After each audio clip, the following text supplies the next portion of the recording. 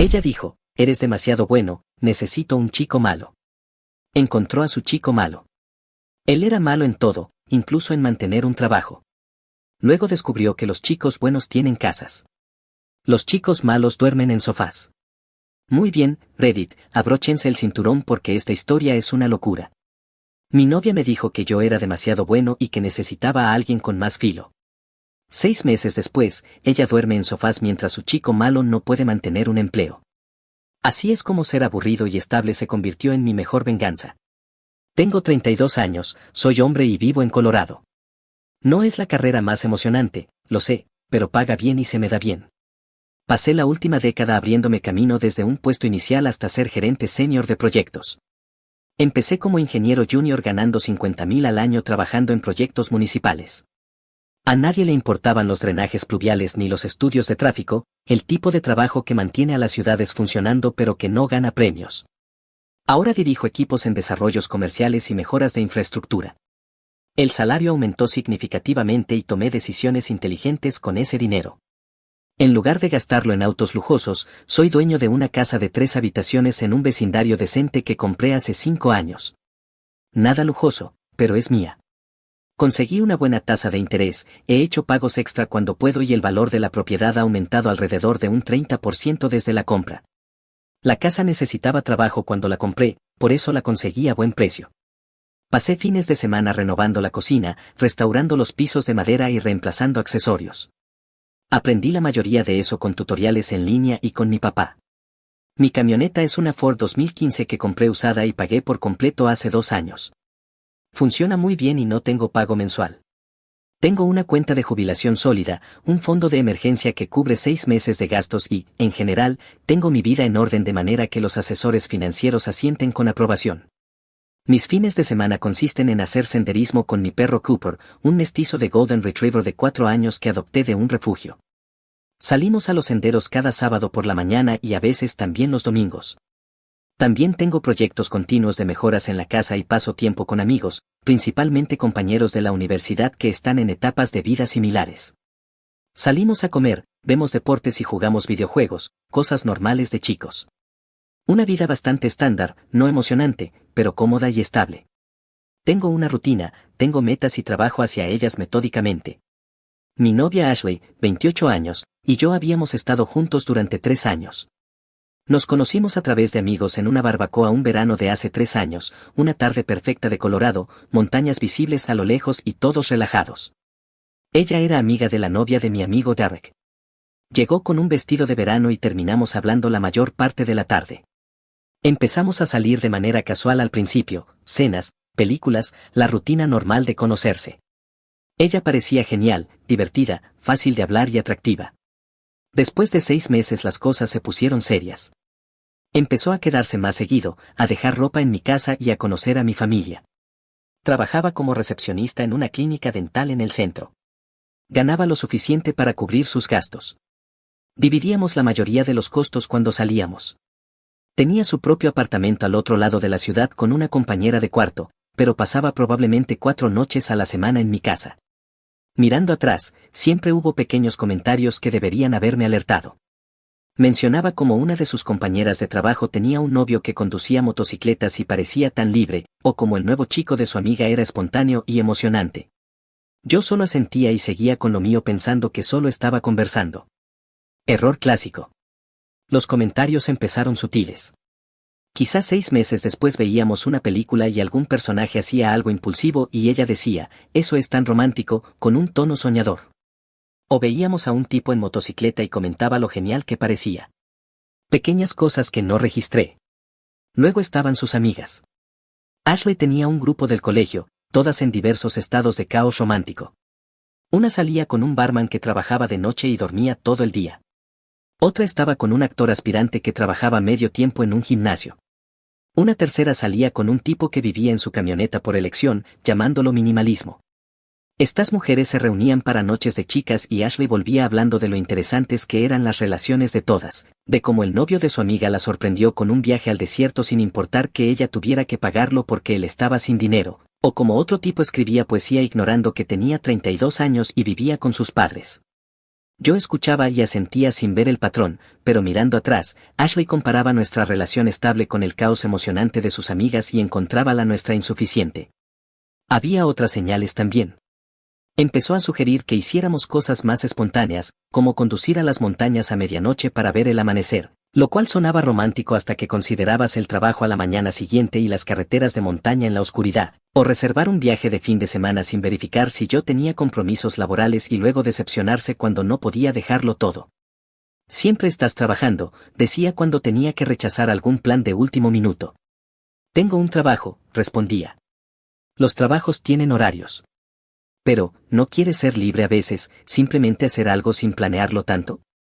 Yo pensaba que solo expresaba un deseo normal de variedad, sin darme cuenta de que estaba construyendo un caso en mi contra en su cabeza. La relación estaba bien, no perfecta, pero ¿qué relación no es? Teníamos nuestras rutinas, nuestras bromas internas, nuestros restaurantes favoritos. Había un italiano al que íbamos probablemente 2 veces al mes donde el dueño conocía nuestros nombres y pedidos usuales. Teníamos tradiciones de desayuno los domingos por la mañana, lugares de cena entre semana, un restaurante tailandés al que íbamos cuando ninguno de los dos quería cocinar. Habíamos desarrollado una vida cómoda juntos. Ella venía después del trabajo y yo ya solía estar en casa. Y preparábamos la cena juntos, bueno, yo preparaba la cena y ella se sentaba en la barra hablando de su día. Ella no era muy buena cocinando, decía que su mamá nunca le enseñó, así que yo me encargaba de la mayor parte de la preparación de la comida. En ese momento no me molestaba, solo parecía una división natural de tareas. Después de cenar mirábamos las series que seguíamos juntos, teníamos una lista entera de programas que estábamos viendo. Ella se acurrucaba en el sofá con Cooper, que la adoraba a pesar de que ella insistía en que él soltaba demasiado pelo. Yo me sentaba en mi sillón reclinable con mi computadora portátil, a veces respondiendo correos de trabajo o investigando proyectos para la casa. Los fines de semana dormíamos hasta tarde, íbamos a brunch, hacíamos mandados juntos, a veces íbamos a Tarjeto a Home Goods y ella señalaba cosas para nuestra futura casa aunque aún no viviéramos juntos, almohadas decorativas, utensilios de cocina, artículos decorativos que yo nunca habría pensado en comprar.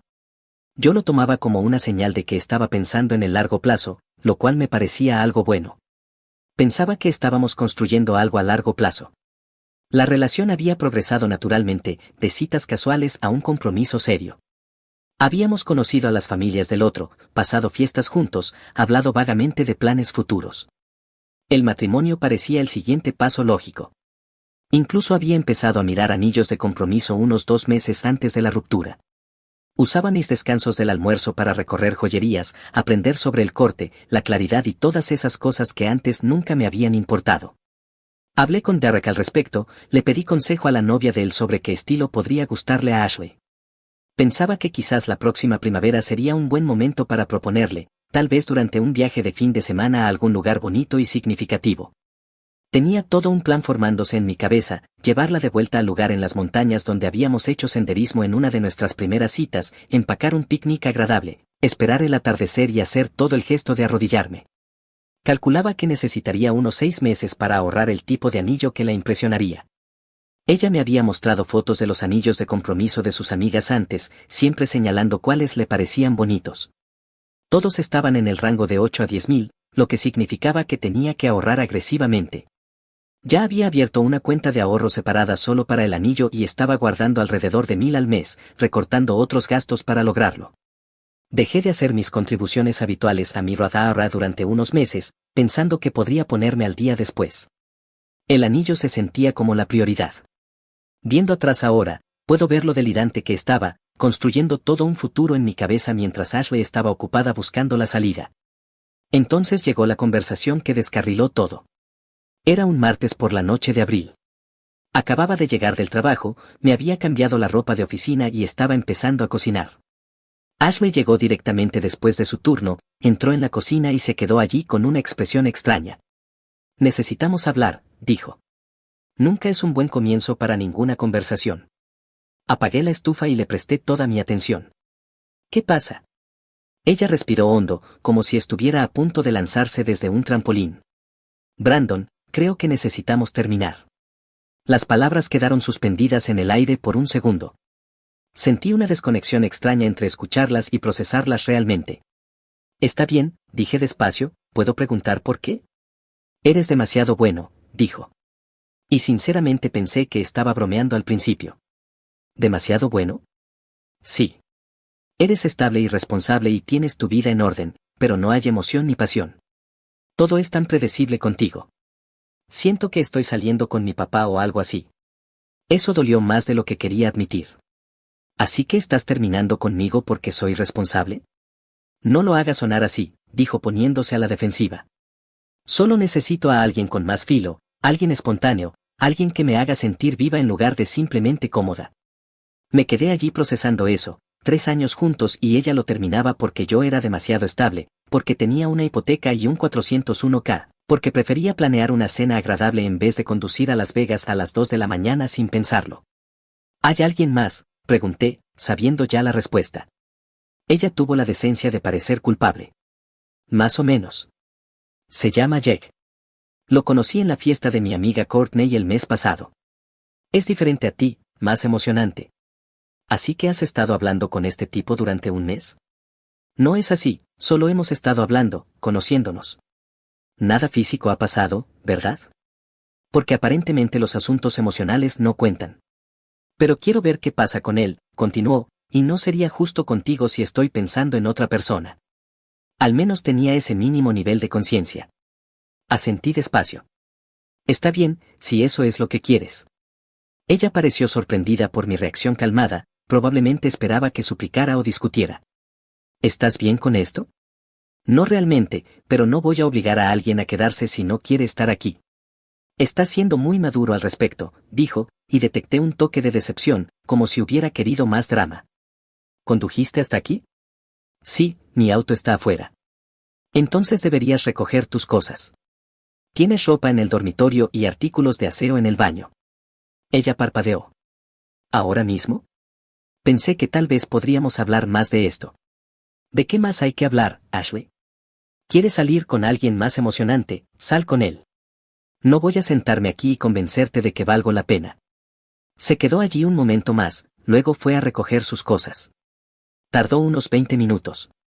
Yo seguí cocinando, escuchándola moverse por la casa recogiendo sus pertenencias. Cuando volvió abajo con una bolsa, se quedó junto a la puerta. Brandon, realmente me importabas. Pasado, entendido. No seas así. ¿Así cómo? Acabas de decirme que soy básicamente aburrido y que encontraste a alguien mejor. ¿Cómo se supone que debo ser? Ella no tuvo respuesta, solo salió por la puerta, y eso fue todo. 3 años terminados. Terminé de hacer la cena, la comí solo y luego llamé a mi mejor amigo Derek.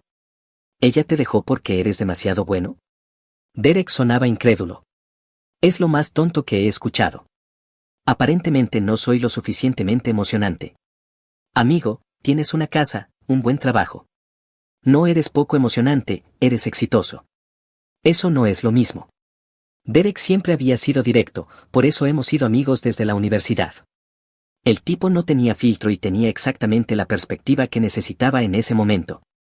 Encontró a otro tipo, dice que es más espontáneo o lo que sea. Déjame adivinar, conduce una motocicleta, tiene un montón de tatuajes, trabaja en un bar. No lo sé aún. Solo dijo que se llama Jack. Bueno, dale 6 meses. Se dará cuenta de que los tipos espontáneos son divertidos hasta que necesitas a alguien que ayude a pagar la renta. Aprecié la confianza de Derek, pero sinceramente estaba demasiado cansado para pensar en karma o venganza o lo que fuera. Solo quería seguir adelante. Las siguientes semanas fueron extrañas. Ashley y yo habíamos estado juntos el tiempo suficiente como para tener grupos de amigos superpuestos, lo que significaba que la gente seguía preguntando qué había pasado. Yo lo mantenía simple, queríamos cosas diferentes. No había necesidad de hablar mal de ella con amigos en común. Lo que yo no sabía era que Ashley estaba contando una historia muy diferente. Según lo que me llegó por conocidos, yo era controlador, no la dejaba divertirse y me negaba a probar cosas nuevas, una invención completa, pero da igual, que reescriba la historia si eso la hace sentir mejor por haberse ido. Yo me enfoqué en el trabajo y en mi casa. Tenía una renovación del baño pendiente desde hacía tiempo, así que me lancé de lleno a eso. El baño principal era original de la casa, atrapado en 1987, con azulejos rosados, una bañera de fibra de vidrio con ducha integrada y un mueble de lavabo digno de motel. Arranqué los azulejos viejos en un solo fin de semana, terapia de Mandarria en su máxima expresión, cada golpe se sentía como progreso, literalmente demoliendo lo viejo para hacer espacio a algo mejor. Cooper observaba desde la puerta, probablemente preguntándose por qué estaba destruyendo la casa.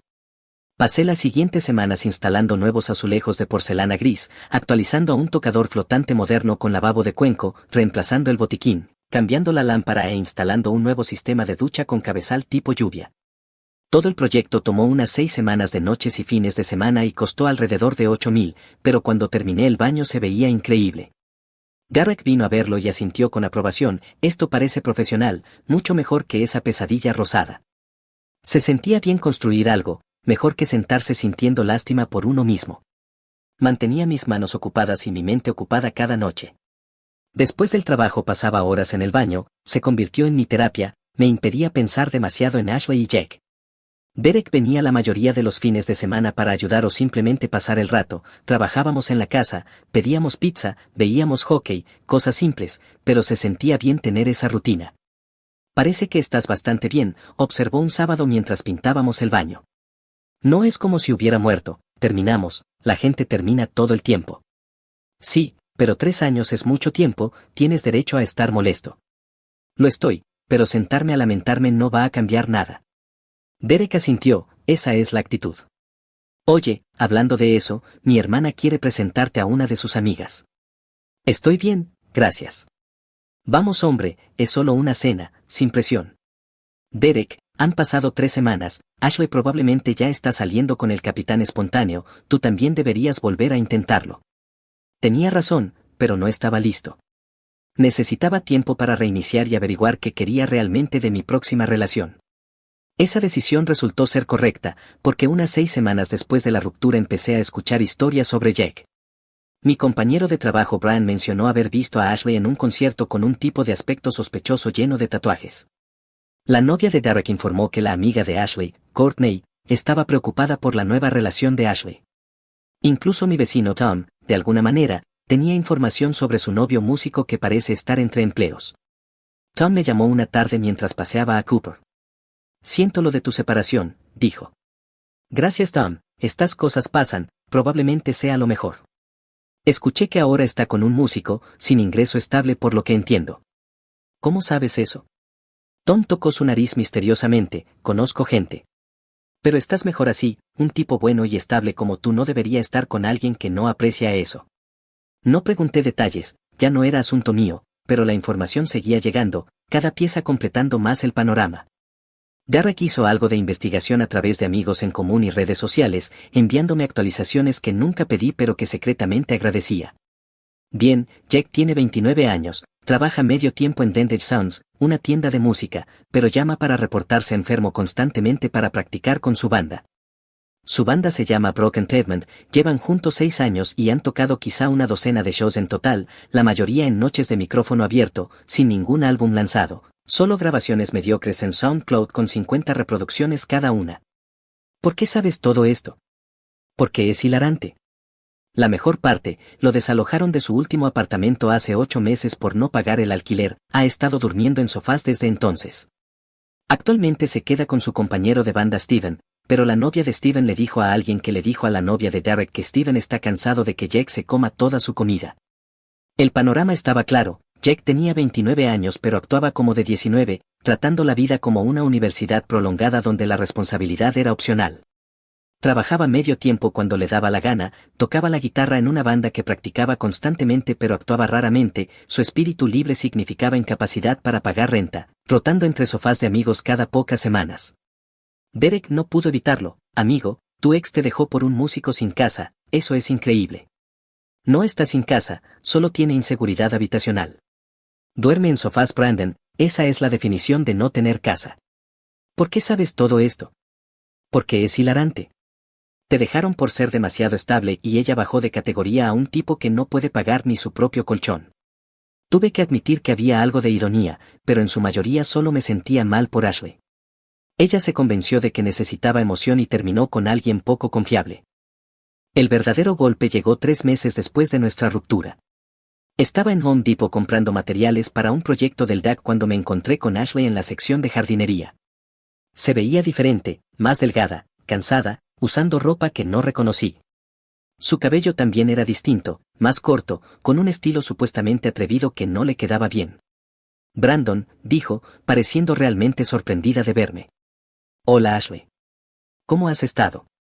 Bien, muy bien, solo ocupada con el trabajo y todo eso. Qué bueno. Silencio incómodo. Ella seguía mirándome, como si quisiera decir algo pero no supiera cómo. Así que escuché que está saliendo con alguien, dije para llenar el silencio. Jaque. Sí, él es genial, muy artístico y de espíritu libre. Eso era lo que querías. Sí, exactamente. Pero no sonaba convencida.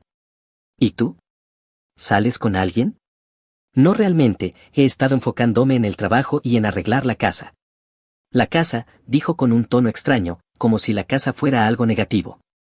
Siempre hay algo que arreglar, ¿eh? Esa es la vida del propietario. Otra pausa incómoda. Definitivamente estaba esperando que yo preguntara algo, pero no tenía idea de qué. Bueno, debería irme, dije finalmente. Fue bueno verte. Espera, Brandon, tocó mi brazo. ¿Podemos hablar de verdad? Tal vez tomar un café algún día.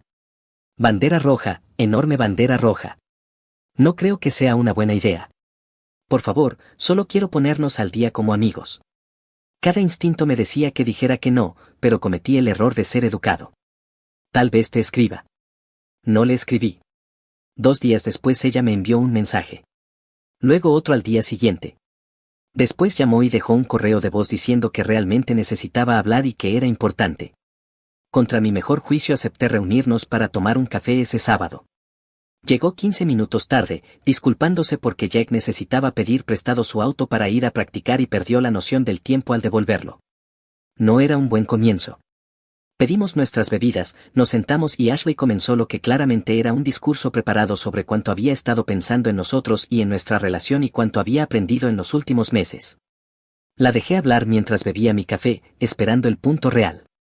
La cosa es, dijo finalmente, creo que cometí un error al romper contigo. Ahí estaba. Bien, dije con neutralidad. Jaque es genial, pero es tan poco confiable. No puede mantener un trabajo, siempre está sin dinero y espera que yo pague todo. Estoy agotada, Brandon.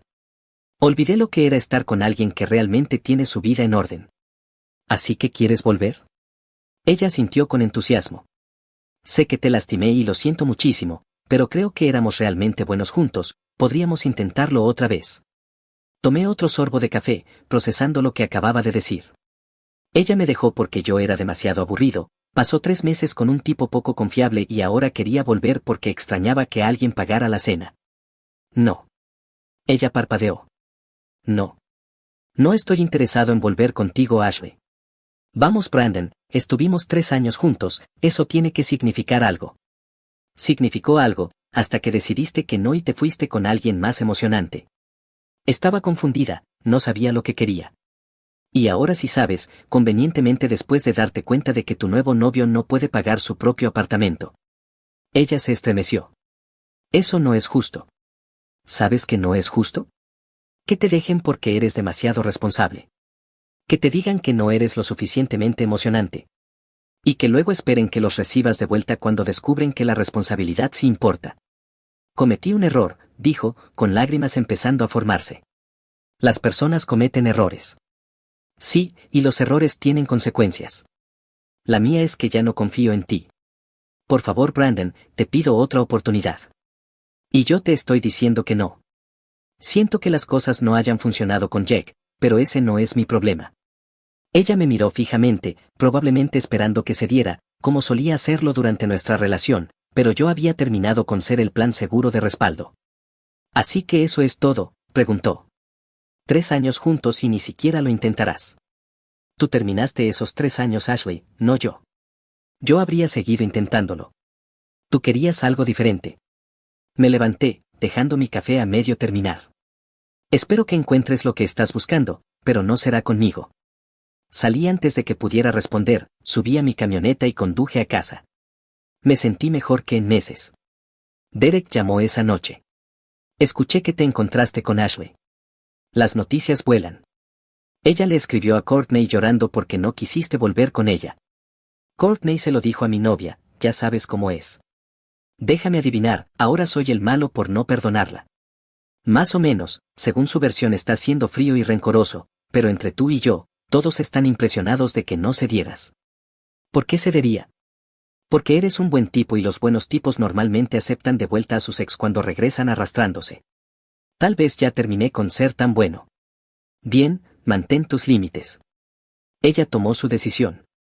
En las siguientes semanas escuché por distintas fuentes que las cosas con Jack estaban deteriorándose rápidamente. Lo habían echado de la casa de otro amigo y ahora vivía con Ashley en su departamento. Ella pagaba todas las cuentas mientras él se enfocaba en su carrera musical. La banda tenía exactamente 0 presentaciones pagadas programadas, pero muchas prácticas. Jake contribuía al hogar comprando comida rápida de vez en cuando con dinero que le pedía prestado a Ashley. Sus amigas estaban haciendo intervenciones informales diciéndole que lo dejara. Ella seguía defendiéndolo diciendo que solo necesitaba tiempo para encontrar su dirección creativa. Mientras tanto yo terminé el proyecto del DAC, empecé a salir de nuevo y en general seguí adelante con mi vida. Salí en algunas citas que no llevaron a nada, lo cual estaba bien, no tenía prisa. Entonces, unos 5 meses después de nuestra conversación en la cafetería conocí a Rachel.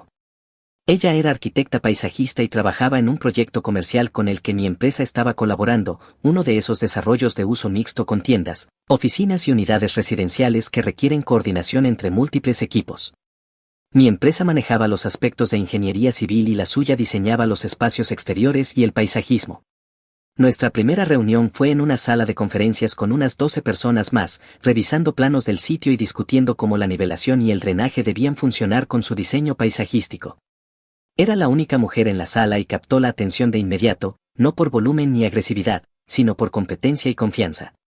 Cuando el gerente del proyecto del desarrollador sugirió mover un canal de drenaje que habría destruido su diseño, ella explicó con calma por qué eso no funcionaría usando principios de ingeniería reales y análisis del sitio, datos, no opiniones ni sensaciones, sino hechos. La mitad de los ingenieros en la sala se veían impresionados, incluyéndome a mí. Después de la reunión la alcancé en el estacionamiento. Eso fue impresionante ahí dentro, le dije. La mayoría de los arquitectos paisajistas con los que trabajo no entienden los cálculos de drenaje. Ella sonrió. La mayoría de los arquitectos paisajistas nunca trabajaron en construcción antes de cambiar de carrera. Pasé 5 años como topógrafa y encargada de obra antes de volver a la escuela. Aprendí a hablar el idioma de los ingenieros con fluidez. Terminamos hablando en el estacionamiento por unos 20 minutos sobre nuestras trayectorias profesionales, el proyecto y los retos de coordinar equipos multidisciplinarios. Era aguda, directa y divertida de una manera seca que me recordaba a Derek. Cuando finalmente nos despedimos me descubrí esperando tener más reuniones con ella en ese proyecto. Y así fue. Durante el mes siguiente tuvimos probablemente 6 reuniones de coordinación a medida que el proyecto avanzaba. Cada vez notaba más cosas sobre ella, cómo se preparaba a fondo para cada reunión, siempre con respuestas listas para las preguntas anticipadas, cómo defendía con firmeza los principios de buen diseño mientras estaba dispuesta a ceder en cosas que no importaban, cómo trataba a todos por igual, fuera el director ejecutivo del desarrollador o el ingeniero junior que tomaba notas. Después de nuestra tercera reunión de proyecto todo el equipo fue a almorzar a una tienda de sándwiches cercana. Terminé sentado junto a Rachel y pasamos la hora hablando de todo excepto trabajo. Resultó que ambos hacíamos senderismo, ambos éramos dueños de nuestras viviendas y ambos teníamos opiniones similares sobre cómo los adultos deberían manejar sus vidas. Ella tenía historias divertidas sobre clientes difíciles y proyectos de pesadilla. Yo le conté sobre mi renovación del baño y la terapia de demolición de azulejos rosados. Terapia de demolición, repitió riendo. Me gusta eso. Yo renové completamente mi deck el año pasado después de una mala ruptura. Nada dice avanzar como 8 horas de lijar y teñir. ¿Qué pasó con esa ruptura, si no te molesta que pregunte? Salí con un tipo durante 2 años que decía que iba a iniciar su propio negocio. Nunca lo hizo, solo seguía hablando de eso mientras trabajaba medio tiempo en un gimnasio y vivía de mí. Cuando finalmente lo confronté, dijo que yo no apoyaba sus sueños. Aparentemente apoyar a alguien significa pagar todas sus cuentas mientras sueña. Suena familiar. Mi ex me dejó porque yo era demasiado estable y aburrido. Rachel levantó una ceja. ¿Demasiado estable? Eso es como quejarse de que el agua está demasiado mojada. ¿Verdad? Ella quería a alguien más espontáneo y emocionante. Encontró a un músico que vive en sofás de amigos. ¿Y cómo le está yendo con eso? Según escucho, no muy bien.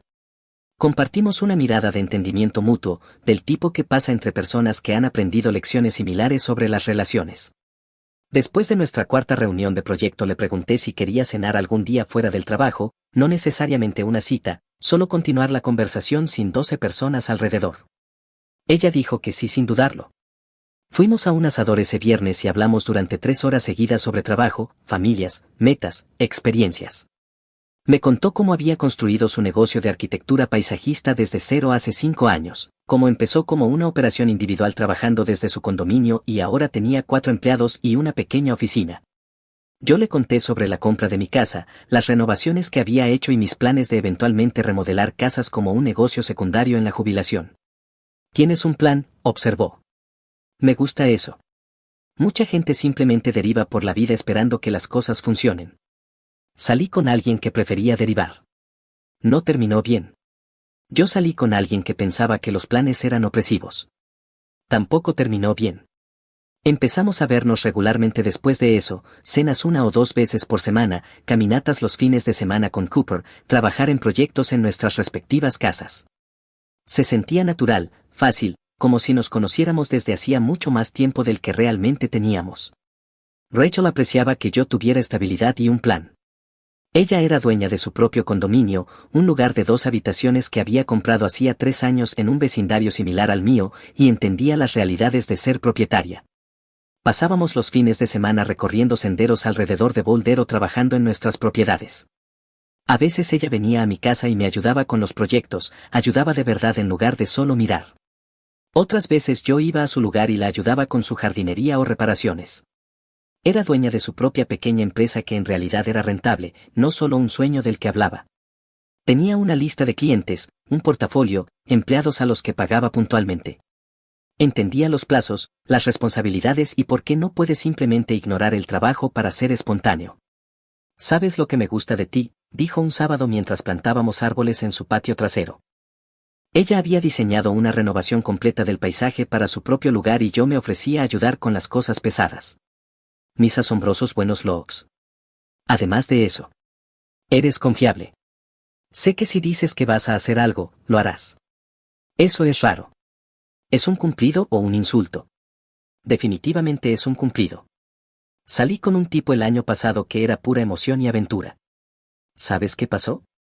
Olvidó pagar su seguro del auto y destrozó mi carro en un accidente. Ser aburrido está subestimado. Prefiero pensarlo como responsable. Lo mismo, y es atractivo.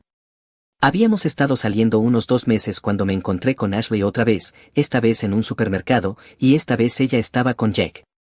Él se veía exactamente como lo había imaginado, jeans ajustados aunque ya estaba muy grande para eso, camiseta vintage de alguna banda, tatuajes en los brazos, todo el paquete. Estaban discutiendo en la sección de frutas y verduras sobre si podían permitirse comprar vegetales orgánicos. Ashley me vio primero. Su rostro pasó por varias expresiones en sucesión rápida antes de acomodarse en una alegría forzada. Brandon, hola. Hola Ashley. Asentí hacia Jack. Tú debes ser Jack. Él me evaluó con sospecha evidente. Sí, tú eres el ex. Ese soy yo. Silencio incómodo mientras Ashley jugueteaba con una bolsa de manzanas. Entonces, ¿qué has estado haciendo?, preguntó claramente intentando llenar el silencio. No mucho. Trabajo, proyectos de la casa, lo de siempre. ¿Y ustedes? Bien, muy bien. La banda de Jack acaba de conseguir una presentación. Jaque intervino. Sí, vamos a abrir para una banda de Denver en un club. Va a ser enorme. Eso es genial, felicidades. Más silencio incómodo. Estaba muy consciente de que Jack me estudiaba, probablemente intentando entender por qué Ashley había salido conmigo. Yo estaba igual de consciente de que no me importaba lo que él pensara. Bueno, debería terminar mis compras, dije. Fue bueno verlos. Me alejé antes de que Ashley pudiera extender la conversación. Al doblar por el siguiente pasillo escuché a Jack decir algo como ese tipo parece aburrido y la respuesta defensiva de Ashley. Rachel encontró todo el asunto divertido cuando se lo conté después. Tu ex vive con un músico desempleado que pensó que hacer las compras era un buen momento para presumir que va a abrir para una banda que nadie conoce, al parecer. ¿Y ella te dejó por él? Yo era demasiado bueno, ¿recuerdas? Bueno, definitivamente arregló ese problema. Rachel negó con la cabeza. Algunas personas no saben lo que tienen hasta que lo pierden. Su pérdida, mi ganancia. Una declaración simple, pero significó más de lo que ella probablemente imaginaba. Por primera vez desde que Ashley y yo terminamos, me sentí genuinamente feliz con cómo habían salido las cosas. Eso debería haber sido el final de la historia. Yo había seguido adelante, empezado a salir con alguien genial y Ashley estaba viviendo con su emocionante novio en lo que parecía un desastre en cámara lenta. Corte limpio, todos siguen adelante, fin. Pero Ashley tenía otros planes. Empezó con mensajes de texto, cosas aleatorias al principio, como enviarme memes que pensaba que me harían gracia o preguntarme cosas sobre reparaciones de la casa. Mantenía mis respuestas cortas y educadas, pero sin fomentar conversaciones más profundas. Luego comenzó a comentar en mis publicaciones de redes sociales. Si yo compartía una foto de un sendero, ella comentaba que extrañaba hacer senderismo conmigo. Si publicaba sobre terminar un proyecto de la casa, respondía con siempre fuiste tan bueno en esas cosas. Rachel lo notó. Tu ex está rara en Instagram. Sí, lo sé. Hablaré con ella. Le envié un mensaje privado a Ashley. Oye, aprecio que seas amable, pero comentar constantemente es incómodo. Estoy saliendo con alguien y no es apropiado. Su respuesta llegó de inmediato, solo estoy siendo amable. ¿No podemos ser amigos? Creo que es mejor si mantenemos distancia. Eso es tan injusto, tú estás con alguien nuevo pero yo ni siquiera puedo hablar contigo. No te estoy prohibiendo hablar conmigo, te pido que respetes límites. Ella no respondió a eso y los comentarios pararon por aproximadamente una semana. Luego me llamó a las 11 de la noche un jueves. Ya estaba en la cama, así que lo envié a buzón. Llamó otra vez y otra vez. Finalmente respondí. Ashley, ¿qué pasa? Necesito ayuda. Su voz temblaba como si hubiera estado llorando. Jaque y yo tuvimos una pelea y él se fue. No sé a dónde fue y no puedo pagar la renta yo sola y no sé qué hacer. Está bien, respira. ¿Qué pasó?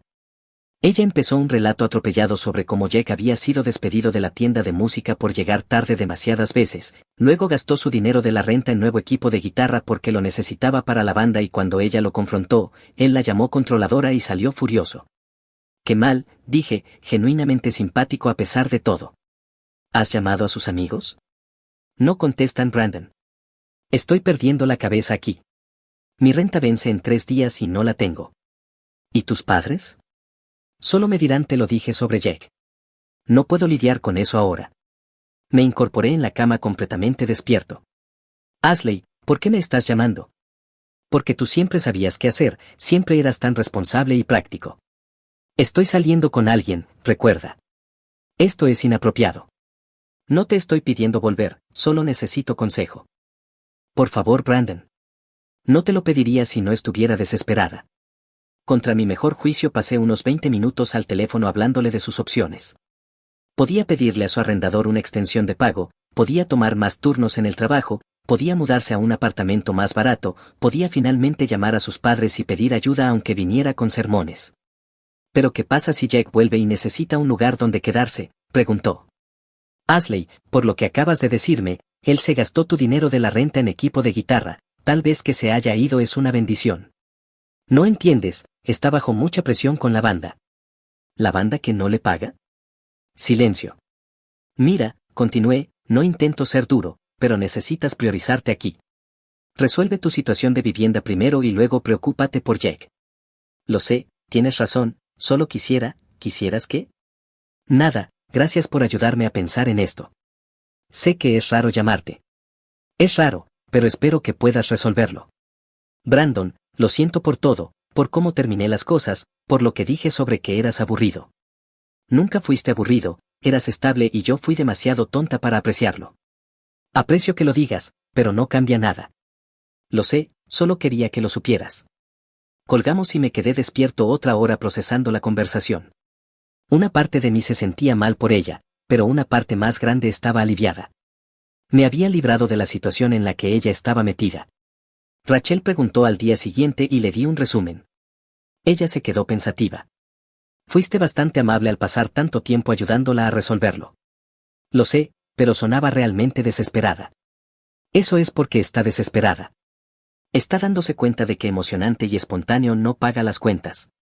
Rachel hizo una pausa. Sabes que va a seguir llamándote, ¿verdad?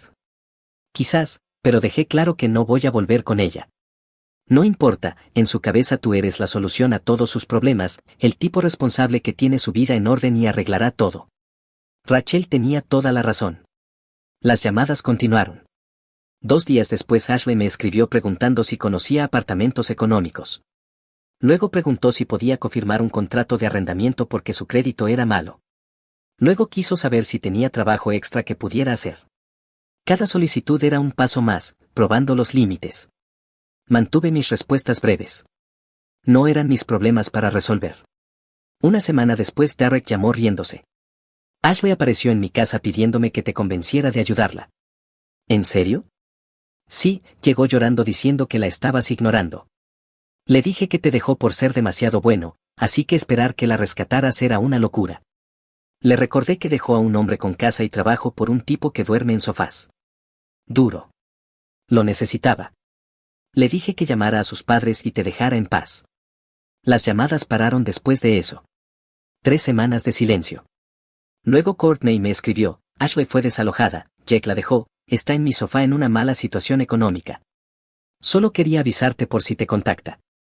Aprecié el aviso de Courtney, pero confirmaba lo que ya sospechaba. La vida emocionante y espontánea que Ashley quería venía con consecuencias para las que no estaba preparada. Le mostré el mensaje a Rachel. Ella lo leyó y me devolvió el teléfono. ¿Te sientes mal por ella? Un poco, admití, pero no lo suficiente como para involucrarme. Bien, porque esto es lo que pasa cuando tomas decisiones impulsivas basadas en emoción en lugar de lógica. Ella quería aventura y espontaneidad, y lo consiguió, pero resulta que aventura sin estabilidad es simplemente caos. Rachel tenía razón, pero estaría mintiendo si dijera que una parte de mí no se sentía culpable. 3 años es mucho tiempo para compartir tu vida con alguien, ver a esa persona sufrir no es satisfactorio, es triste. Pero también sabía que ayudar a Ashley enviaría el mensaje equivocado, que ella podía tomar decisiones terribles y yo siempre estaría ahí para salvarla. Eso no es amabilidad, es habilitar. 2 meses después estaba en una hora feliz del trabajo cuando mi teléfono vibró. Mensaje de un número que no reconocí. Brandon, soy Linda, la mamá de Ashley. Sé que tú y Ashley ya no están juntos, pero quería darte las gracias. No sé qué le dijiste, pero finalmente nos llamó para pedir ayuda. Se mudó de vuelta a casa y está recuperándose. Me dijo que hablar contigo le hizo darse cuenta de que necesitaba hacerse responsable de sus decisiones. Gracias por ser firme con ella cuando nosotros no pudimos. Le mostré el mensaje a Rachel esa noche. Su mamá te agradeció por no volver con ella. Aparentemente el amor duro funcionó. Bien por Ashley, parece que finalmente está aprendiendo que las acciones tienen consecuencias. Le respondí a Linda, me alegra que esté recibiendo la ayuda que necesita. Les deseo lo mejor. Corto, educado y final. Rachel y yo nos comprometimos 8 meses después, compramos una casa más grande juntos y combinamos nuestras vidas de una manera que se sentía natural y sana. Ella nunca se quejó de que yo era demasiado bueno o demasiado aburrido o demasiado estable, porque entendía que esas cualidades no eran defectos, eran cimientos. Supe por conocidos que Ashley eventualmente consiguió un mejor trabajo, ahorró suficiente para tener su propio lugar otra vez y estaba saliendo con alguien que trabajaba en finanzas, alguien estable y responsable. Supongo que descubrió lo que realmente necesitaba. Jaque, por lo que escuché, seguía durmiendo en sofás y tocando en bandas que nunca llegaban a nada, viviendo el sueño, supongo.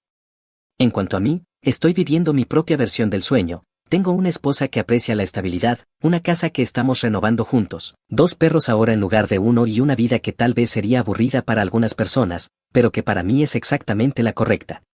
Mi exesposa y su nuevo esposo exigieron que triplicara mi manutención infantil para que nunca tuvieran que preocuparse por el dinero, y lo que descubrí después destruyó su pequeña fantasía.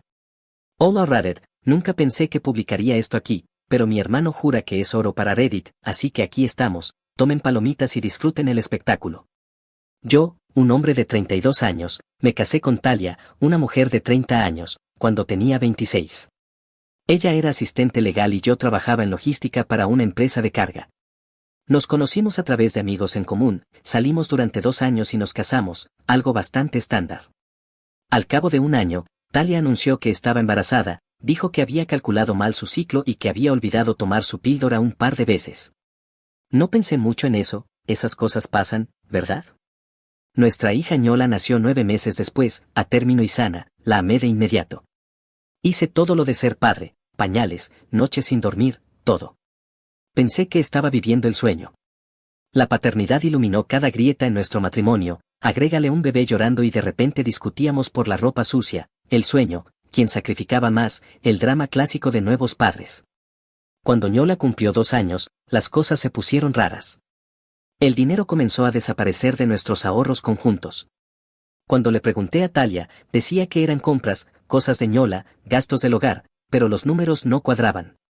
Luego noté cargos que no tenían sentido, retiros de efectivo al azar, transacciones extrañas a procesadores de pago en línea, estancias en hoteles cuando ella decía que trabajaba hasta tarde. Empecé a documentarlo todo.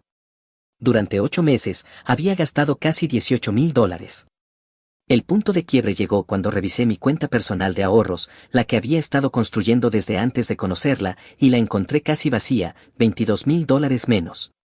Llamé al banco y resultó que Talia se había agregado a sí misma como usuaria autorizada años atrás cuando nos casamos, con alguna tontería sobre poder manejar emergencias si algo me pasaba. Lo había olvidado por completo. Las transferencias habían estado saliendo de forma constante durante meses, cientos aquí, 1,000 allá, todo hacia su cuenta personal. Esa noche la confronté. ¿Qué es esto?, dije poniendo los estados de cuenta sobre la mesa, apenas los miró. Necesitaba ese dinero. ¿Para qué? Eso es asunto mío, respondió. Es mi asunto cuando estás vaciando mis ahorros personales, son $40,000, Talia. Podemos reconstruirlo, dijo. Nosotros no, lo construí yo, era mi dinero de antes del matrimonio. Ella solo me miró con una expresión muerta, sin culpa ni remordimiento, solo cálculo frío, como si la hubieran atrapado pero no le importara. Entonces, ¿qué ahora?, preguntó. ¿Vas a divorciarte de mí? Ya llamé a mi abogado y tienes 30 días para mudarte. No puedes echarme de mi propia casa. Obsérvame, le dije. Soy el único en la hipoteca, y acabas de robar $40,000. Mi abogado está bastante seguro de que el juez verá las cosas a mi favor. Se mudó con su madre 2 semanas después. Se llevó a Ñola temporalmente. No luché por ello, pensé que resolveríamos la custodia como adultos.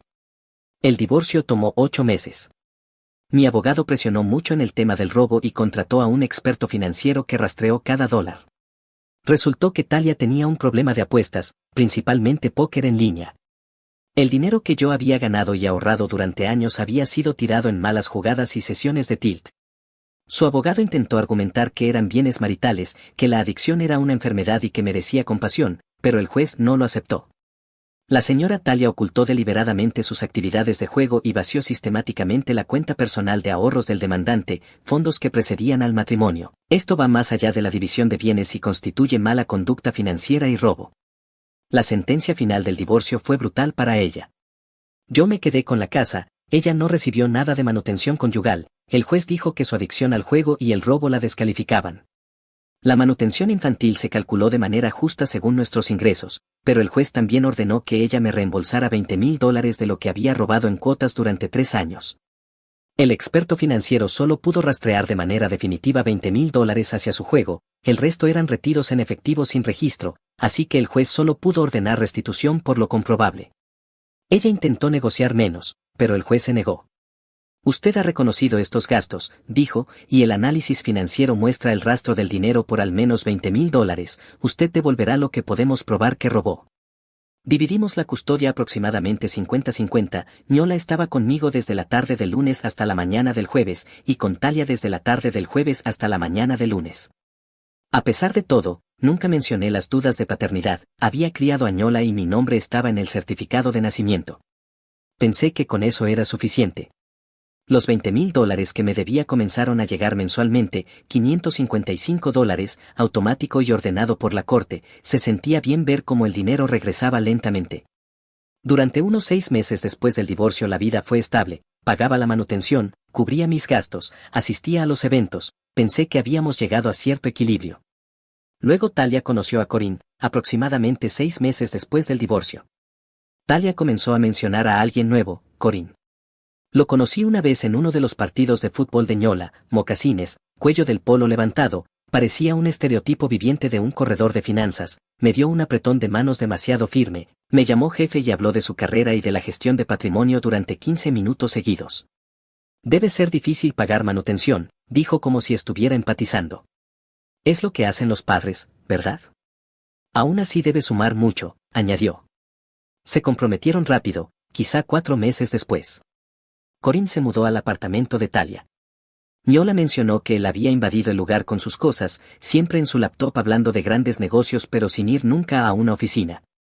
Es aceptable, dijo Ñola cuando le pregunté, un poco molesto, siempre en casa, se come los buenos snacks. ¿Trabaja? Ella se encogió de hombros, dice que trabaja desde casa, pero mayormente ve televisión. Luego Corinne empezó a llamarme. La primera vez quería ponerse en contacto sobre los gastos de Ñola. Solo para asegurarnos de que estamos en la misma página, dijo. Eso ya está en la sentencia del divorcio. Cierto, solo pienso que deberíamos formalizar la comunicación para más eficiencia. La sentencia lo cubre. La segunda llamada llegó una semana después. Talia mencionó que ustedes dividen las cuotas del fútbol 50-50, dado tu nivel de ingresos quizá deberías cubrir más, como 70-30. Eso nos ayudaría mucho. La sentencia dice 50-50. Tus ingresos probablemente han aumentado, y honestamente Talia está teniendo dificultades financieras. Ese asunto del reembolso nos está matando, dijo él. Ella robó ese dinero y lo está devolviendo, así funcionan las consecuencias. Agua pasada, hombre. Si Talia quiere modificar la manutención, puede presentar una solicitud ante el tribunal, deja de llamarme. La tercera llamada fue la decisiva. He estado revisando tu pago de manutención infantil y, francamente, no es suficiente. Talia está reduciendo sus horas de trabajo porque quiere estar más presente para Ñola, la familia primero, ya sabes. Ella está reduciendo voluntariamente sus ingresos y espera que yo lo compense. Se trata de prioridades. Si vives con ella, ¿por qué no cubres tú la diferencia? Silencio. Entonces eso realmente no es asunto tuyo. Pero mis ingresos sí son asunto tuyo. Eres el padre de Ñola, tienes responsabilidades. Las estoy cumpliendo. Si sigues llamando, lo voy a documentar como acoso y presentaré una orden de restricción. Solo estoy intentando. Estás intentando sacarme más dinero mientras vives sin pagar alquiler en su apartamento, sé exactamente lo que estás haciendo. Consigue un trabajo de verdad, deja de llamarme y tal vez intenta contribuir realmente al hogar en lugar de jugar a ser asesor financiero en YouTube. Colgó. Inmediatamente le envié un mensaje a Talia, tu marido mantenido tiene que dejar de llamarme por dinero, si quieres modificar la manutención, preséntalo ante el tribunal. Ella respondió 3 horas después, Corinne está intentando ayudar, quizás si fueras más razonable no tendríamos que pasar por los tribunales. Entonces debería entender que estas cosas van por las vías legales, no por acoso telefónico. Dios, eres difícil, Ñola merece mejor apoyo financiero. Está recibiendo exactamente lo que el tribunal calculó según los gastos reales y nuestros ingresos. El tribunal lo calculó según mis ingresos antiguos. 2 semanas después me entregaron los documentos, Talia estaba solicitando aumentar la manutención infantil en un 45%.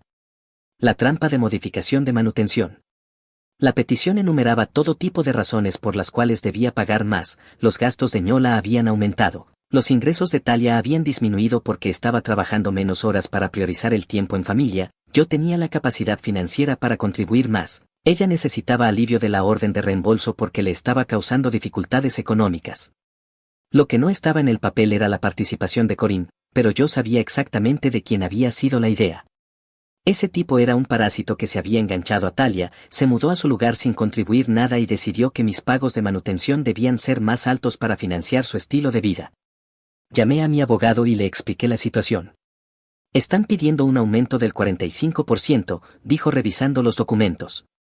También quieren alivio de la orden de reembolso, alegan dificultades económicas. Ella creó sus propias dificultades económicas al reducir voluntariamente sus horas y mantener a un hombre adulto que no trabaja. Eso es lo que argumentaremos. Los tribunales normalmente no recompensan el subempleo voluntario, especialmente cuando ella aún está bajo una orden de reembolso por robo. ¿Pueden realmente eliminar el reembolso si fue restitución ordenada por el tribunal por robarme? Poco probable, pero necesitaremos demostrar que su reducción de ingresos es una elección, no una necesidad. ¿Alguna prueba de que el nuevo esposo no contribuye? Él se llama a sí mismo gestor de patrimonio, pero no tiene un trabajo real. Ñola dice que siempre está en casa, nunca va a una oficina, solo se sienta hablando de negocios que nunca se concretan. Eso será muy relevante si hay otro adulto en el hogar que podría contribuir pero no lo hace. El tribunal no verá con buenos ojos que te pidan compensar su desempleo. Pasé la semana siguiente recopilando pruebas, recibos, estados de cuenta, cada fragmento de documentación que mostrara lo que realmente gastaba en Ñola versus lo que cubría la manutención calculada. Era fácilmente el doble: liga de fútbol, clases de arte, útiles escolares, compras de ropa, copagos médicos. Yo cubría mucho más de lo que legalmente me correspondía. Pero mientras hacía todo ese papeleo, volvió esa vieja duda. Ñola realmente no se parecía a mí, nunca lo hizo: color de ojos diferente, estructura facial diferente, complexión diferente. Lo atribuía a que la genética es rara, pero ahora. La audiencia preliminar estaba programada para 6 semanas después. Mientras tanto, Corinne siguió escalando, empezó a aparecer en los partidos de fútbol de Ñola, se sentaba cerca de mí en las gradas y hacía comentarios. «Sabes, si simplemente aceptaras el aumento no tendríamos que hacer todo este lío de tribunales», dijo durante un partido. Si querían evitar tribunales, no deberían haber presentado una petición. Talia la presentó, yo solo la apoyo. Claro, porque eres tan solidario. Dime, ¿cuánto pagas de alquiler? Eso es entre mi esposa y yo. Pero mis ingresos sí son asunto de todos. Ya estás pagando manutención, solo paga un poco más, no es tan complicado. Estoy pagando lo que ordenó el tribunal. Si eso no es suficiente para el estilo de vida que quieres, quizá deberías conseguir un trabajo de verdad en lugar de fingir que trabajas desde casa. Su rostro se puso rojo. Trabajo bastante. ¿Haciendo qué? ¿Viendo CNBC y operando acciones con dinero ficticio? No sabes nada sobre mi carrera, dijo él. Sé que vives en el apartamento de mi exesposa sin pagar alquiler, sé que la convenciste de reducir sus ingresos y sé que la estás presionando para sacarme más dinero porque eres demasiado perezoso para ganarte el tuyo. Eso no es una carrera, es ser un parásito. Cuida tu boca. ¿O qué? ¿Vas a golpearme? Por favor, inténtalo. Me encantaría añadir cargos por agresión a este caso y verte explicar ante un juez por qué un hombre desempleado que vive de mi manutención infantil tiene el descaro de ponerse violento. Se levantó y se alejó. Ñola metió un gol y yo aplaudí, fingiendo que las manos no me temblaban. Esa noche no pude dormir, seguía pensando en el dinero, en la obsesión de Corinne por sacarme más, en cómo nada tenía sentido a menos que hubiera algo que yo no estaba viendo. La duda volvió más fuerte, el rostro de Ñola que no coincidía con el mío, sus gestos que parecían ajenos. 5 años criando a una niña que quizá ni siquiera fuera mía. ¿Y si Ñola no era mía? El pensamiento se quedó ahí como una piedra en el estómago, porque si no era mía, había pasado 5 años criando al hijo de otro, pagando manutención por el hijo de otro, siendo manipulado por mi exesposa y su marido mantenido para pagar más dinero para el hijo de otro. Abrí mi portátil y comencé a investigar leyes de paternidad. Resultó que en mi estado, si estás casado cuando nace el niño, eres automáticamente el padre legal, no importa si eres el padre biológico, la ley asume que lo eres, tu nombre va en el certificado de nacimiento, eres responsable, fin de la historia. Pero había una excepción: si puedes probar fraude de paternidad, que la madre mintió conscientemente sobre quién era el padre, puedes solicitar anularlo. No es fácil, definitivamente no está garantizado, pero es posible. Cuanto más leía, más me daba cuenta de que necesitaba saber la verdad, no solo por el dinero, aunque eso también importaba, sino porque había vivido 5 años en una mentira si mi instinto era correcto. Llamé a mi abogado a la mañana siguiente. Quiero una prueba de paternidad. ¿Paternidad? Eso va a complicar las cosas. No me importa, hazlo, que sea una condición para cualquier modificación de la manutención. Si quieren más dinero, aceptan la prueba primero, no negociable. Silencio al otro lado y luego, entiendes que esto podría destruir tu relación con Ñola, ¿verdad? Si es mía, hablaremos de eso, si no lo es, entonces he estado pagando por el hijo de otro mientras intentan sacarme más. Quiero confirmación antes de pagar otro centavo. Prepararé la contraoferta, prepárate para las consecuencias. Mi abogado envió la contraoferta al día siguiente, términos simples: aceptaría discutir una modificación de la manutención si Talia aceptaba primero una prueba de paternidad ordenada por el tribunal. La respuesta de Talia llegó en cuestión de horas, no a través de su abogado, sino mediante una serie de mensajes de texto cada vez más desquiciados. ¿Estás cuestionando si Ñola es tuya después de 5 años? ¿Estás en serio? Esto es una locura, tú estás loco, Corín tenía razón sobre ti, solo estás intentando evadir tus responsabilidades, eres un irresponsable, eso es lo que eres. No respondí, dejé que mi abogado manejara la comunicación. Ella me llamó 17 veces esa noche, no contesté. Bloqueé su número después de la 10ª llamada. El intercambio de custodia esa semana debía hacerse en la escuela de Ñola. Llegué al estacionamiento a las 5:30 como siempre. El entrenamiento de fútbol estaba terminando, los padres dando vueltas, los niños subiendo a los autos. El coche de Talia ya estaba allí, ella estaba parada junto a él con Corín, ambos mirándome mientras estacionaba. Algo en su postura, tensa, agresiva, me encendió las alarmas. Ñola corrió hacia mí en cuanto bajé. Papá, ¿viste mi gol hoy? Lo vi, fue increíble. Talia caminó hacia mí rápido, demasiado rápido, su rostro rojo, ojos desorbitados. Tenemos que hablar ahora mismo. ¿De qué? De esta tontería de la prueba de paternidad. Eso es entre nuestros abogados. No lo es, estás intentando abandonar a tu hija. No estoy abandonando a nadie, estoy pidiendo confirmación médica antes de aceptar aumentar mis obligaciones financieras. Es razonable. Ella tiene 5 años, ha sido su padre desde que nació, no puedes decidir que no es tuya solo porque no quieres pagar más dinero. Otros padres empezaban a mirar, los niños dejaban de hablar, teléfono saliendo para grabar. Este no es el lugar para esto, dije en voz baja. No te toca decidir eso. Su voz se hacía más fuerte, ese tono arrogante, afilado y cortante. Eres su padre, no puedes alejarte cuando te resulte inconveniente. Estoy pidiendo una prueba de paternidad como condición para. Estás abandonando a tu hija porque eres un tacaño, eso es esto. Prefieres ahorrarte unos cientos de dólares que cuidar a tu hija. Ñola estaba llorando, los padres grabando. Corín solo estaba allí mirando, como si esto fuera exactamente lo que quería, una escena que me hiciera ver como el villano.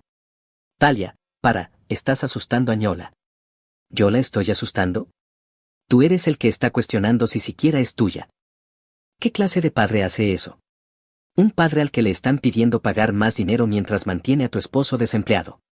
Ahora retrocede. Ella me empujó con ambas manos en el pecho, lo suficientemente fuerte como para hacerme dar un paso atrás. Deja de empujarme. Me empujó otra vez. No vas a hacer esto, no vas a librarte de tus responsabilidades. Talia, basta. Ella lanzó una bofetada abierta que me golpeó en la cara con suficiente fuerza para hacerme zumbar el oído. El estacionamiento quedó en silencio. Eres basura, Siseo, esto es lo que haces, cuestionas a tu propia hija. Me toqué la cara, ya estaba caliente donde me había golpeado. Acabas de agredirme frente a testigos. Apenas te toqué. Me golpeaste en un estacionamiento público frente a nuestra hija y unas 30 personas más. Saqué mi teléfono. Voy a llamar a la policía. Su rostro se puso pálido. ¿No vas a hacerlo? Claro que sí. Marqué al 911. Sí, necesito reportar una agresión, estacionamiento de la escuela en Maple Street, mi exesposa me acaba de golpear durante un intercambio de custodia.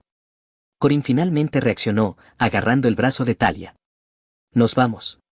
No van a ninguna parte, la policía viene en camino. Esto es ridículo, dijo Corín, apenas te dio una bofetada, no seas dramático. ¿Quieres explicarles a los policías por qué crees que la agresión está bien?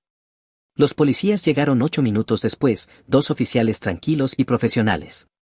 Tomaron declaraciones de mí, de Talia, de 4 padres que lo habían visto todo. Uno de los padres incluso había grabado el incidente y me lo envió por mensaje en ese mismo momento. Talia intentó decir que yo la había provocado, que apenas me había tocado, que estaba exagerando, la misma actitud de siempre durante todo nuestro matrimonio. Pero el video mostraba todo. El oficial miró el video, miró a Talia y dijo, señora, queda acusada de agresión. Esto es una locura, no lo lastimé, él está bien. Usted lo golpeó en la cara, hay múltiples testigos y evidencia en video. Eso es agresión. Se lo merece, está intentando abandonar a su hija. Eso es irrelevante para el cargo. Ella comenzó a llorar. Corín intentó argumentar que yo estaba exagerando, que los hombres de verdad no llaman a la policía por una bofetada. A los oficiales no les importó, redactaron el informe, me dieron un número de caso y me dijeron que podía solicitar una orden de restricción si era necesario. Me senté en mi coche en ese estacionamiento durante 20 minutos después de que todos se fueron, simplemente procesándolo. Talia había perdido el control por completo, me golpeó en público, frente a nuestra hija, frente a testigos y cámaras, y yo lo tenía todo documentado. Llamé a mi abogado esa noche. Necesitamos solicitar la prueba de paternidad de inmediato, ya no como condición, solo haz que la ordenen. Presentaré la moción mañana a primera hora. Dada la agresión y tus preocupaciones declaradas, el juez probablemente la aprobará. Hazlo. El tribunal ordenó la prueba de ADN 3 días después. El juez revisó el informe de agresión, vio el video del estacionamiento, escuchó mis dudas sobre la paternidad. Combinado con la agresión, el juez aprobó la prueba. Dadas estas circunstancias, la agresión documentada, las dudas sobre la paternidad y la reacción violenta de la parte demandada ante una solicitud razonable, este tribunal considera que hay causa suficiente para ordenar la prueba de paternidad.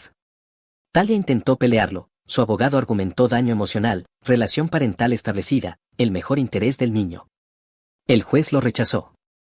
Señora, usted agredió al padre del niño en un estacionamiento público, si él es de hecho el padre biológico, esta prueba lo confirmará y podremos continuar con la modificación de la manutención, si no lo es, entonces toda esta solicitud se basa en fraude.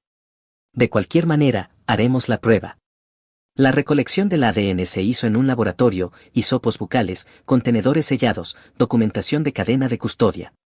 Ñola no entendía por qué, pensó que era algo médico. Talia parecía que iba a vomitar todo el tiempo. Corinne esperaba en el vestíbulo, probablemente demasiado arrogante para mostrar preocupación. La espera fue brutal, 3 semanas sabiendo que mi vida entera podía cambiar según lo que dijeran los resultados del laboratorio, 3 semanas de silencio total de Talia y Corinne, excepto lo mínimo necesario para los intercambios de custodia. No se lo dije a nadie excepto a mi hermano, seguí trabajando, asistí a las actividades de Ñola, actué normal, pero por dentro solo esperaba. Los resultados llegaron al día 21. Mi abogado me llamó al trabajo. Tenemos los resultados del ADN, dijo, y 0% de probabilidad de que seas el padre biológico de Ñola. Me quedé sentado en mi silla, teléfono contra la oreja, esperando sentir algo, ira, alivio, sorpresa. En lugar de eso, solo sentí un vacío extraño. 0%. Completamente excluido como padre biológico. El informe del laboratorio es muy claro, no hay ninguna relación genética. Así que ella mintió durante 5 años. Sí, y dadas las circunstancias, el juego, el robo durante el matrimonio, la agresión, el intento de modificar la manutención, esto constituye fraude de paternidad. ¿Cuál es nuestro siguiente paso? Presentamos la solicitud para anular la paternidad y terminar tu obligación de manutención. También presentaremos una demanda civil por fraude y buscaremos restitución por todos los pagos de manutención hechos bajo falsas pretensiones. La audiencia fue programada para dentro de 2 semanas, una moción de emergencia debido a los resultados de ADN y al caso pendiente de modificación de manutención, pero había algo más que necesitaba saber. ¿Podemos solicitar que Corinne se someta a la prueba? ¿Con qué fundamento? Llámalo corazonada, si ella me engañó, quedó embarazada y ha estado mintiendo sobre la paternidad, y Corinne apareció 6 meses después del divorcio actuando como si ya supiera todo sobre Ñola, ¿y si él lo supo desde el principio? Eso en realidad vale la pena perseguirlo, lo solicitaré. El juez estuvo de acuerdo y ordenó que Corinne también se sometiera a pruebas de ADN para establecer la paternidad biológica y determinar si había conocimiento previo del fraude de paternidad. La prueba de Corinne volvió 5 días después, coincidencia del 50%, él era el padre biológico de Ñola. Mi abogado llamó con la noticia y yo simplemente empecé a reírme, no pude evitarlo, la absoluta desfachatez de todo. Corinne había pasado meses exigiendo que yo pagara más dinero para criar a su propia hija mientras él se sentaba en casa fingiendo trabajar. Hay una cosa más, dijo mi abogado, citamos sus mensajes de texto y correos electrónicos como parte del descubrimiento, encontramos mensajes entre ellos fechados hace 10 meses. Habían hecho uno de esos kits caseros de ADN tipo Ancestry. Los resultados de Corinne mostraban una coincidencia paterna con Ñola. Así que lo sabían. Sabían al menos desde hacía 10 meses que él era el padre biológico y aún así presentaron una solicitud para aumentar tu manutención mientras él vivía en su apartamento sin contribuir a los gastos. No solo cometieron fraude, lo planearon. Todo encajó, el kit de ADN del que Ñola había hablado, la seguridad y presión de Corinne, la manera en que inmediatamente empezó a exigir más dinero, quería que yo pagara más para criar a su propia hija mientras él vivía de gratis. Entonces ella quedó embarazada de él mientras estaba casada conmigo, me dejó creer durante 5 años que Ñola era mía, se divorció, se casó con el verdadero padre y luego intentó hacer que yo pagara más manutención por la hija de él mientras él se sienta en casa fingiendo trabajar. Esa es la situación. Sí, y los mensajes muestran que lo discutieron explícitamente, hay uno donde él dice, no le digas todavía, sigue cobrando por ahora. Esto no era incertidumbre, era fraude deliberado. ¿Qué pasa ahora? Presentamos la solicitud para anular la paternidad y terminar tu obligación de manutención. También presentaremos cargos civiles por fraude contra ambos y el tribunal podría remitir esto para una acusación penal dada la engaño deliberado. ¿Podemos recuperar el dinero? Con este nivel de fraude documentado, absolutamente, además de daños. La audiencia fue brutal. Talia y Corín llegaron destruidos, Talia apenas podía mirarme, Corín no dejaba de susurrar frenéticamente a su abogado. Mi abogado presentó todo, los resultados de ADN que mostraban cero paternidad, la prueba que demostraba que Corín era el padre biológico, los mensajes de texto que probaban que lo sabían desde hacía 10 meses, el video de la agresión, el reporte policial, el patrón de explotación financiera desde el robo por apuestas. El juez revisó los documentos con puro disgusto en el rostro.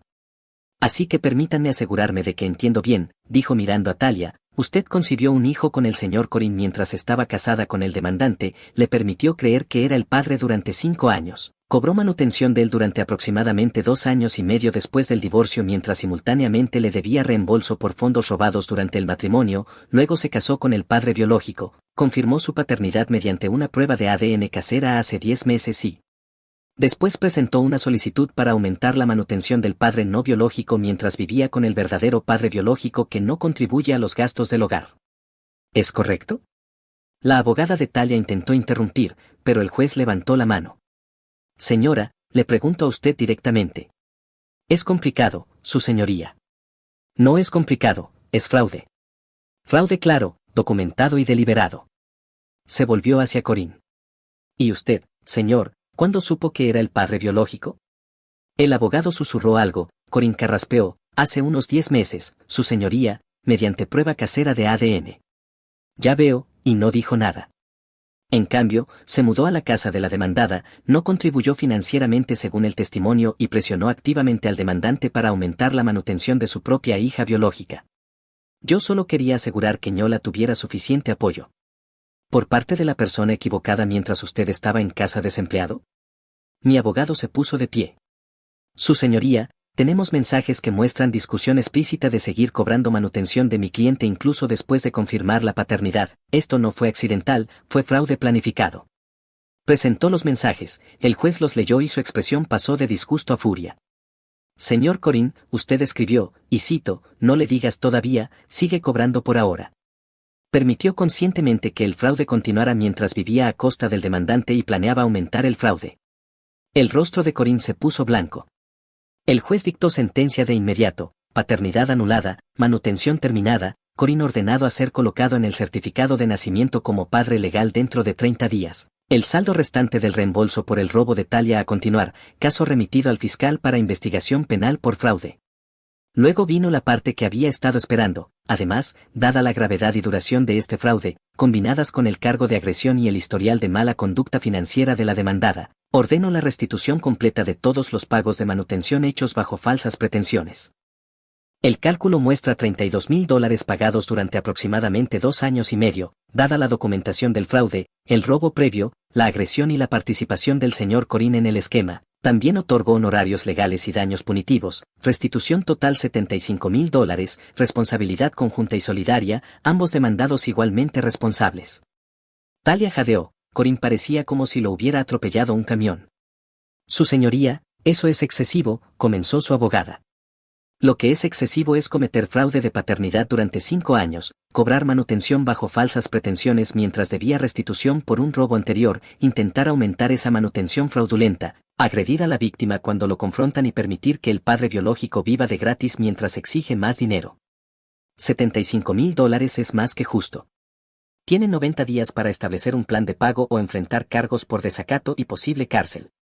Esta audiencia concluye. Me alejé de Ñola por ahora, ella no me mintió, pero me niego a seguir en su desastre solo para seguir siendo usado. Si quiere respuestas cuando sea mayor, se las daré directamente. Salimos de la sala, yo me dirigí directamente a la salida, pero la voz de Talia me alcanzó en el pasillo. Espera, por favor. Me detuve, pero no me giré. ¿Qué? ¿Podemos hablar en privado? No tenemos nada que discutir. Corinne apareció junto a ella, la cara roja. Mira, hombre, la arruinamos, lo sabemos, pero $75,000 nos va a destruir. Te pedimos que trabajes con nosotros, quizá podamos llegar a un acuerdo por menos. Me giré lentamente y lo miré directo a los ojos. Cometieron fraude contra mí durante 5 años, confirmaste que era su padre hace 10 meses y aún así me dejaste seguir pagando. Luego intentaron hacer que pagara más mientras tú estabas sentado sin hacer nada fingiendo trabajar.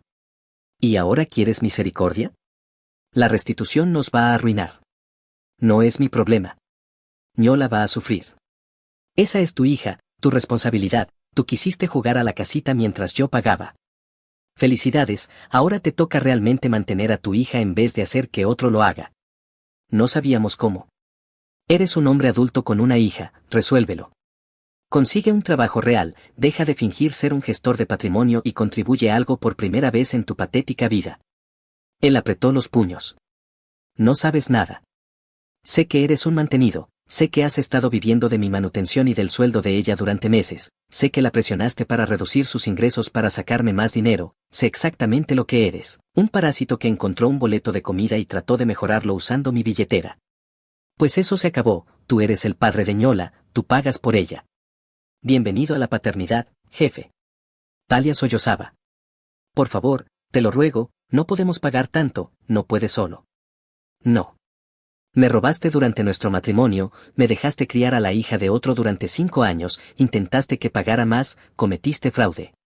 Estas son las consecuencias. Paga o ve a la cárcel. Esas son tus opciones. Me alejé sin mirar atrás. La restitución nos golpeó como un tren de carga. El tribunal ordenó embargo salarial del 35% de los ingresos de ambos hasta que se pagara la deuda, automático, inevitable, brutal. Pero eso fue solo el comienzo.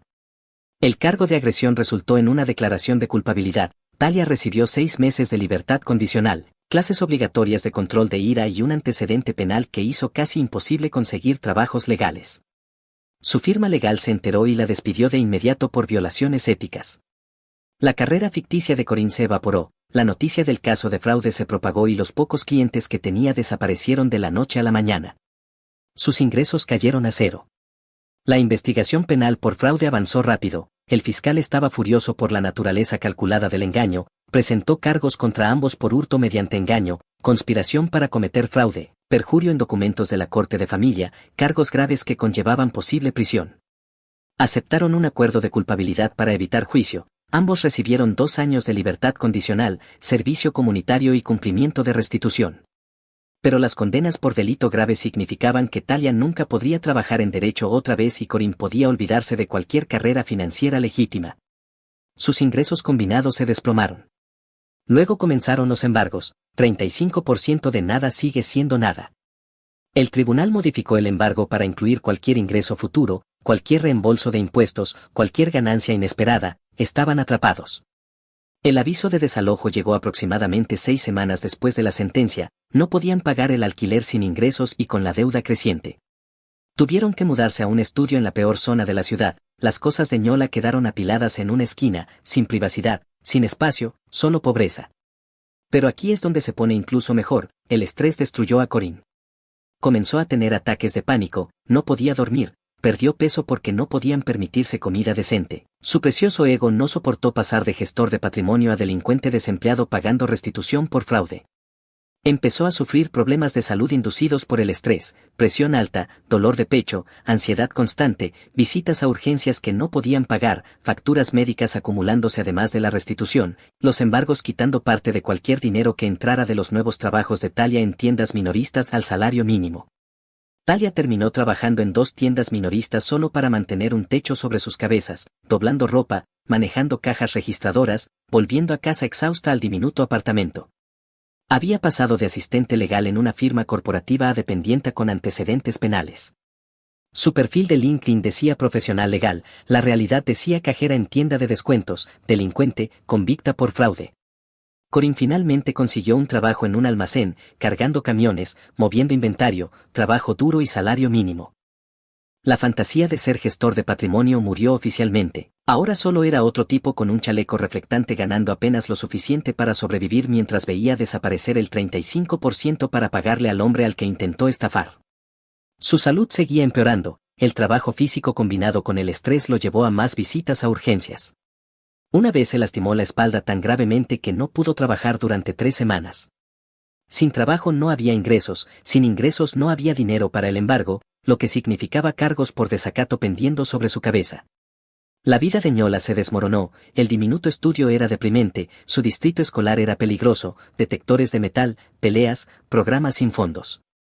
No más ligas privadas de fútbol, no más clases de arte, no más ropa bonita. Su cumpleaños ese año fue pastel de gasolinera y regalos de tienda de dólar. Intentó comunicarse 2 veces, dejó mensajes diciendo que me extrañaba, preguntando por qué no hablaba con ella. Eliminé ambos sin responder, no porque quisiera lastimarla, ella no había hecho nada malo, pero no era mi hija, el ADN lo probó. Solicité no tener visitas durante la audiencia, el juez lo aprobó citando el mejor interés dadas las circunstancias. El dinero siguió llegando, lento al principio porque no tenían ingresos, pero una vez que el embargo comenzó a descontarse del salario de Talia fluyó constante, cada 2 semanas como un reloj.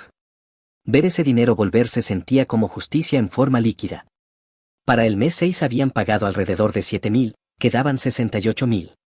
Al principio los pagos eran pequeños porque Talia aún buscaba trabajo después de ser despedida.